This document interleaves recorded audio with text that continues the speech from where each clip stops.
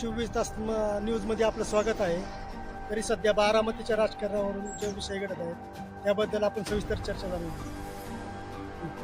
मी दत्तात्रय साळुंके, मुक्काम post Sonwadi soupy, Baramati तालुका. सध्याचे राजकारण पता ताई का वहिनी, नाही नाही, ते सुनित्रा वहिनीच अगदी गॅरंटी येणारच आहे. का बरं तुम्हाला असं वाटतं? नाही, दादा हे महाराष्ट्राचे खरंच शिल्पकार आहेत आणि महान कर्तबगार आहेत. ते विकासाचे केंद्रबिंदू आहेत दादा म्हणजे, आणि दादांना विकास आवडतो. आणि त्या विकासाच्या माध्यमातून बारामती शहर असेल, महाराष्ट्र असेल, खेडोपाडी गाव असतील, वाड्यावस्ती असतील, त्या ठिकाणी दादांनी जीव ओतून काम केलं आणि विकासाची कामं पूर्णपणे दादांनीच केल्यात. त्याच्यामुळे वहिनींना भरघोस मत मिळणार आहे ही मी अशी ग्वाही देतो. ग्रामीण भागातील दुष्काळी परिस्थिती पाहता यावर मतदानावर काय फरक होईल?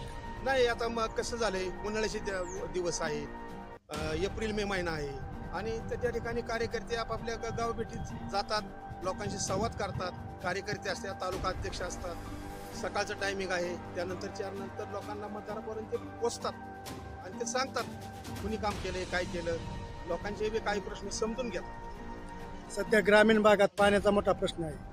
तर ग्रामीण भागात विकास का म्हणजे करावा असा वाटत असेल तर आपलं काय मत आहे? कुणाला मत देणार? नाही, आता पाण्याचा प्रश्न आहे, ते प्राधिकरणाचं काम चालूच आहे. काही थोड्या दिवसातच आपल्याला सर्व ग्रामीण भागात पाणी मिळणारच आहे. परंतु हे जी काही जनता आहे, ती जनता दादांच्या पाठीशी खंबीरपणे पाठीमागे उभी आहे. आणि हे मत सर्वांचंच मत, ते घड्याळालाच मत होणार आहे. घड्याळाला मत म्हणजे सर्वांगीण विकासाला मत आहे, असा एक विषय. U24 तास न्यूज, उंडवडी सुपे, युवराज इंदल.